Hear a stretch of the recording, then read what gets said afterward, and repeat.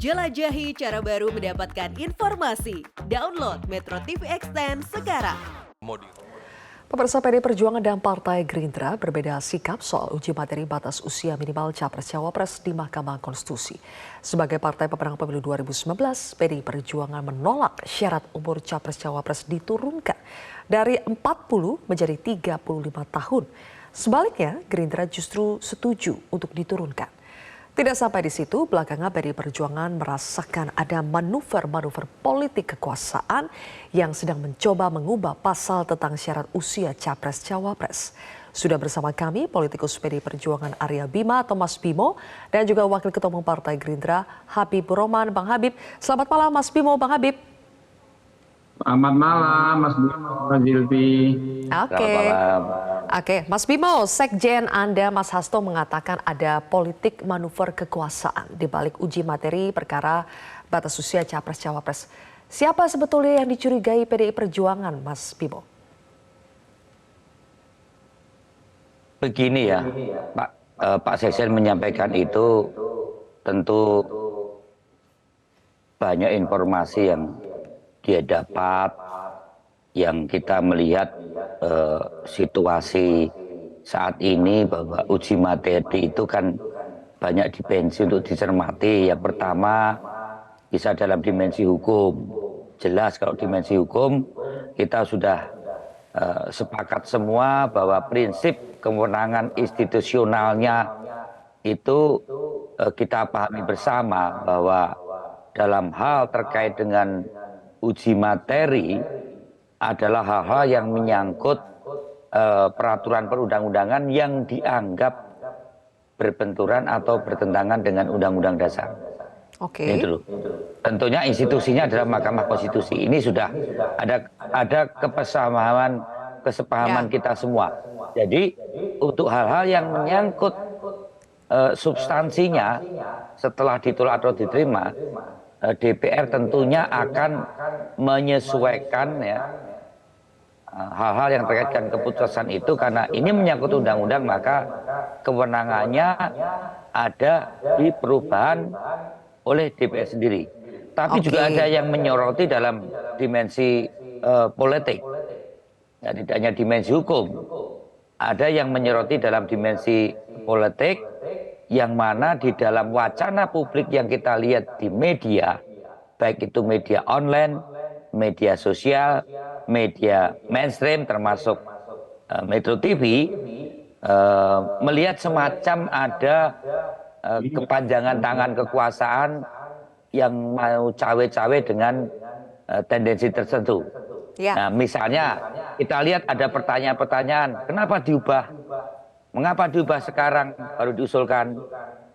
Apa yang sebenarnya ingin dicapai seandainya batas usia itu pencapresan dan cawapres itu berhasil diubah 35 tahun yang tadinya 40 tahun? Dan kemudian juga ada pertanyaan, siapa yang diuntungkan dari perubahan tersebut? Itu adalah dimensi politik. Dan karena yang disinggung adalah selalu saja dalam dimensi politik ini Pak Joko Widodo, dalam hal ini juga selalu dikaitkan bahwa perubahan itu adalah keinginan untuk mendorong putranya Mas Wali Gibran untuk jadi cawapres.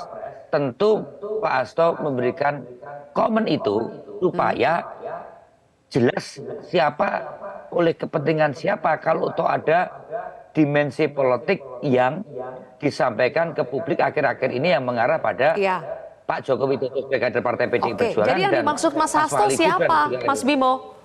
Manuver kekuasaan itu maksudnya siapa? Kalau kita bicara kekuasaan, PDI Perjuangan juga bagian dari kekuasaan, makanya harus dibuat jelas. Siapa sebetulnya yang dimaksud? Maksud kepada oknum tertentu tentu tidak mungkin disampaikan secara eksplisit ke publik, tetapi sekaligus bahwa konstruksi gangguan di wacana publik yang menyebutkan Pak Joko Widodo dan Mas Wali Kota Gibran Rakabumi ini tentu membuat konstruksi di luar dan itu mengganggu dinamika ke dalam PDI Perjuangan, karena ini menyangkut kader-kader PDI Perjuangan putra terbaik, yaitu Presiden Jokowi dan Mas Wali Kota Gibran Rakabumi. Maka berarti kalau PDI Perjuangan sudah diutarakan, dalam tahap tidak nyaman ya dengan narasi ini tidak demi nyaman, Gibran. tidak nyaman karena ya ada framing seolah-olah Pak Joko Widodo ini menyiapkan dengan skenario menggunakan kekuasaan untuk melakukan uji materi dan menyiapkan putranya untuk jadi wakil presiden. Ini mengganggu sekali dan membuat suatu hal yang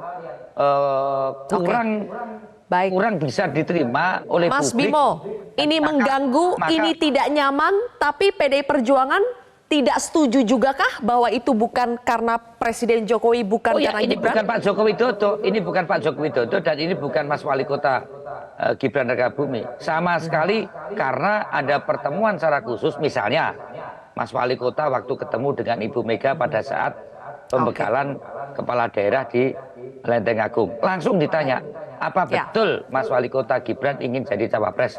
Dijawab di depan Ibu Megawati Soekarno Putri, tidak Bu, kami tidak ingin menjadi wakil presiden. Baik, ditahan dulu karena sampai di situ, ada Mas isu. Bimo.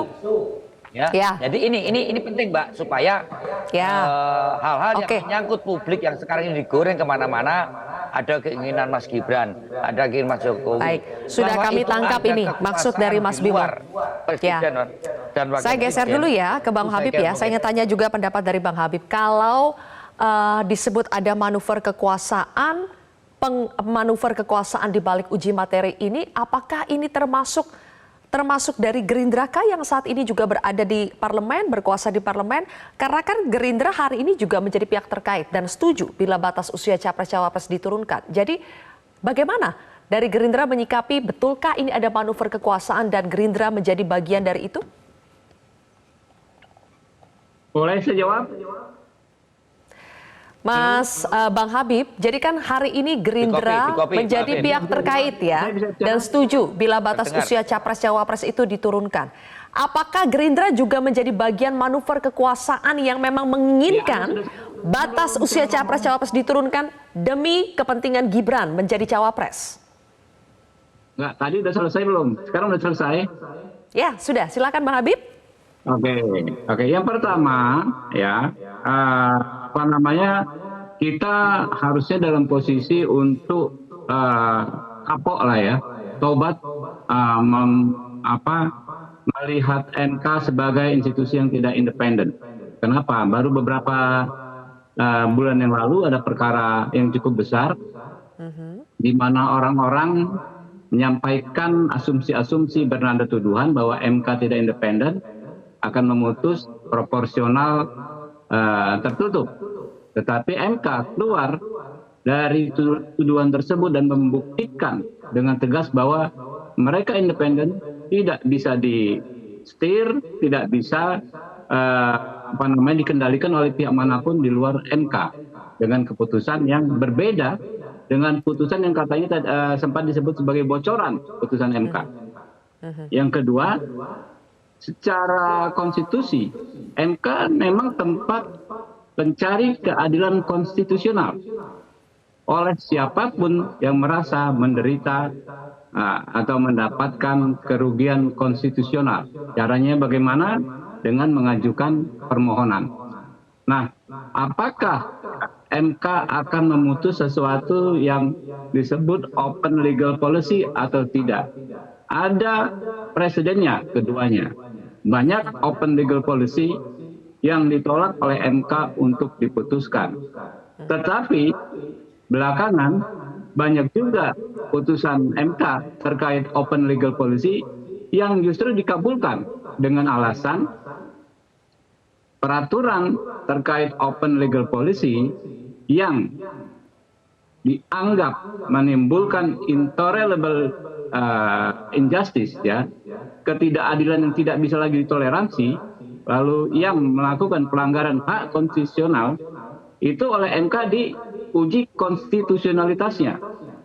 Nah, sehingga sekarang baiknya kita semua serahkan kepada Mahkamah Konstitusi untuk bekerja sebagaimana biasa, memutus secara profesional dan independen, daripada kita menyampaikan sesuatu yang dasarnya tidak jelas.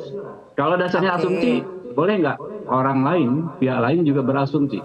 ada manuver kekuasaan yang ingin mengintervensi MK agar menolak permohonan uji materi terkait usia cawapres. Boleh nggak? Tentu saja tidak boleh. Ya. Kita jangan kotori ruang publik kita dengan tuduhan-tuduhan, dengan asumsi-asumsi yang tidak dasar, apalagi tidak didasari oleh pengetahuan tentang praktek yang terjadi di MK selama ini. Gitu kan. Baik. Jadi kadang-kadang kita bisa miss. Kalau bilang open legal policy tidak pernah diadili, banyak sekali, dan baru saja kemarin ya kan misalnya terkait usia pimpinan KPK diputus open legal policy, dikabulkan bahkan gitu kan. Oke, sudah ada presidennya. Soal usia hakim MK juga pernah begitu. Baik, oke. Selanjutnya Bang Habib dan juga Mas Bimo, mungkin saya akan kembali ke pertanyaan yang tadi ya. Sebetulnya dari Gerindra terutama, ada kepentingan apa sehingga pada hari ini menjadi pihak terkait, kemudian juga ada kepala daerah dari Gerindra yang ikut mengajukan uji materi batas usia capres-cawapres ini.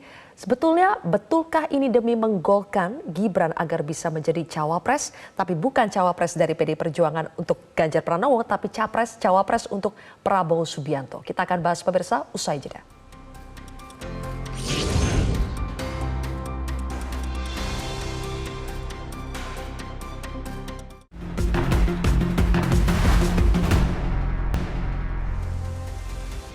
Baik, kembali lagi pemirsa, Bang Habib tadi ada menjelaskan kita tidak perlu lagi meragukan independensi MK dalam memutus, dan juga soal tadi Presiden open legal policy yang sudah pernah diputuskan oleh MK. Tapi pertanyaan saya adalah, sebetulnya Gerindra punya kepentingan apa hari ini sehingga menjadi pihak terkait, dan kenapa Gerindra setuju dengan batas usia capres-cawapres yang harus diturunkan? Ya, jadi pada minggu lalu saya hadir mewakili DPR menyampaikan keterangan DPR. Nah, di situ kan keterangannya adalah kami DPR menyerahkan sepenuhnya kepada Yang Mulia Hakim Mahkamah Konstitusi untuk memutus. Nah, ini kan berbeda dengan sikap Partai Gerindra. Partai Gerindra setuju ya dengan permohonan pemohon ya, karena kan memang kami melihat persyaratan cawapres, capres ya, pemimpin-pemimpin politik jangan terlalu dikaitkan dengan umur, karena umur bukan faktor yang utama, gitu. Jadi putusan Mahkamah Konstitusi ini akan mengikat sama halnya dengan undang-undang, dan bukan hanya untuk satu kali pemilu ini saja, untuk pemilu-pemilu berikutnya. Karena itu kami merasa penting untuk menyampaikan sikap politik kami terhadap masalah ini, yaitu menyetujui permohonan para pemohon. Jadi kami sampaikan bahwa secara prinsip partai politik itu kan tidak boleh menjadi pihak pemohon, karena kami kan ada di DPR. Tapi kami boleh menjadi pihak terkait. Kalau menjadi pihak pemohon, dengan tidak bisa menjadi pihak pemohon, kami nggak bisa menentukan format permohonan. Petitum permohonan, angka itu nggak bisa kami tentukan 35 Bang atau Habib, 17 nggak bisa. Oke, Ya, dengan tetapi setujunya dengan Gerindra, terkait, kami bisa menyampaikan. Ya. baik, dengan setujunya Gerindra supaya batas usia capres-cawapres itu diturunkan, apakah itu karena Pak Prabowo memang sudah punya rencana bahwa mungkin akan meminang cawapres berusia muda di bawah 40 tahun? Ya, itu yang saya sampaikan, bahwa sikap politik Partai Gerindra ini, karena kami memiliki pengetahuan bahwa putusan Mahkamah Konstitusi bukan hanya untuk pemilu kali ini, tetapi untuk pemilu-pemilu berikutnya. Dan kalau Mahkamah Konstitusi sudah mengeluarkan keputusan, maka pembuat undang-undang, DPR dan pemerintah harus ikut dengan apa putusan Mahkamah Konstitusi. Jadi ya ini kami harus bersikap saat ini, gitu. Persoalan penentuan capres dan cawapres tentu sudah berulang kali kami sampaikan itu menjadi domainnya Pak Prabowo dan Gus Muhaimin Iskandar. Soal usia, soal jenis kelamin, soal partai mana, itu domainnya beliau berdua. Oke, baik. Sekarang saya ke Mas Bima. Mas Bima, tapi jika perkara ini dikabulkan, menurut Anda ini bakal mengganggu tidak ya tahapan pemilu? Bakal mengganggu tidak pendaftaran capres-cawapres? Itu kan tinggal 2 bulan lagi. Seandainya nanti boleh ada capres-cawapres yang berusia di bawah 40 tahun, 35 tahun, itu akan mengganggu tahapan tidak? Sebentar saya komentar dulu tadi yang disampaikan Bang Habib dari dimensi hukum.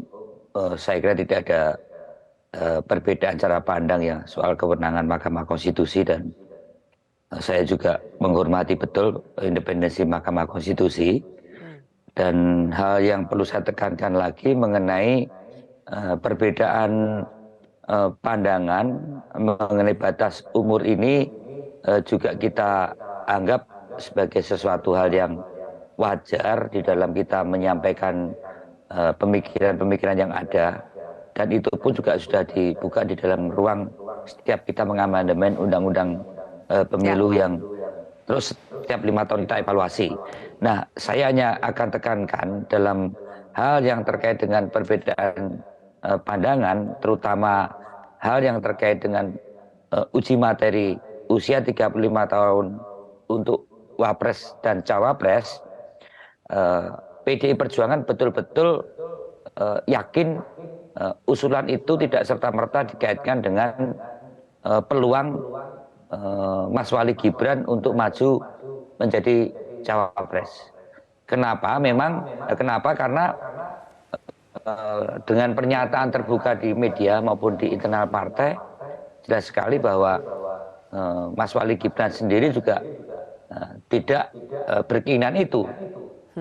Dan itu menyampaikan secara langsung menolak keinginan itu yang disampaikan pada Ketua Umum PDI Perjuangan dengan alasan Mas Wali menyampaikan belum cukup waktu, jam terbang, pengalamannya. Nah, mengenai mengganggu atau tidaknya, nanti kita akan melihat sejauh mana proses legalnya yang saat ini berjalan. Kita tinggal punya waktu sekitar Oktober untuk menyampaikan daftar capres-cawapres di partai-partai pengusung yang ada.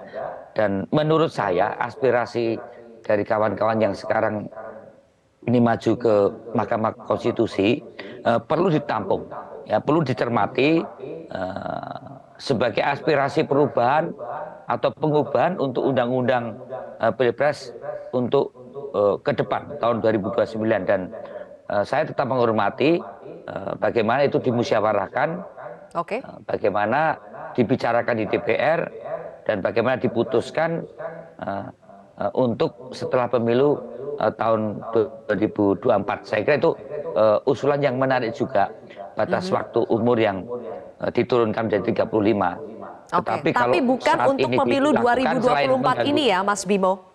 Saya kira bukan untuk pemilu yang tahun 2024. Selain waktu yang sudah semakin mepet, konstruksi politiknya menjadi sesuatu yang menjadi tidak sehat karena ada seolah-olah ada framing yang mungkin tidak dimaksudkan oleh Bang Habibur Rahman dan kawan-kawan, keterlibatan kekuasaan dalam ini Pak Joko Widodo, dan menyangkut pautkan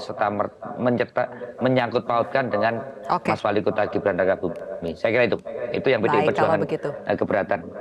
Oke, kita akan lihat bagaimana proses ini bergulir di MK. Terima kasih Mas Bimo dan juga Bang Habib. Terima kasih sudah berbagi pandangannya di Prime Time News hari ini. Monggo Bang Habib.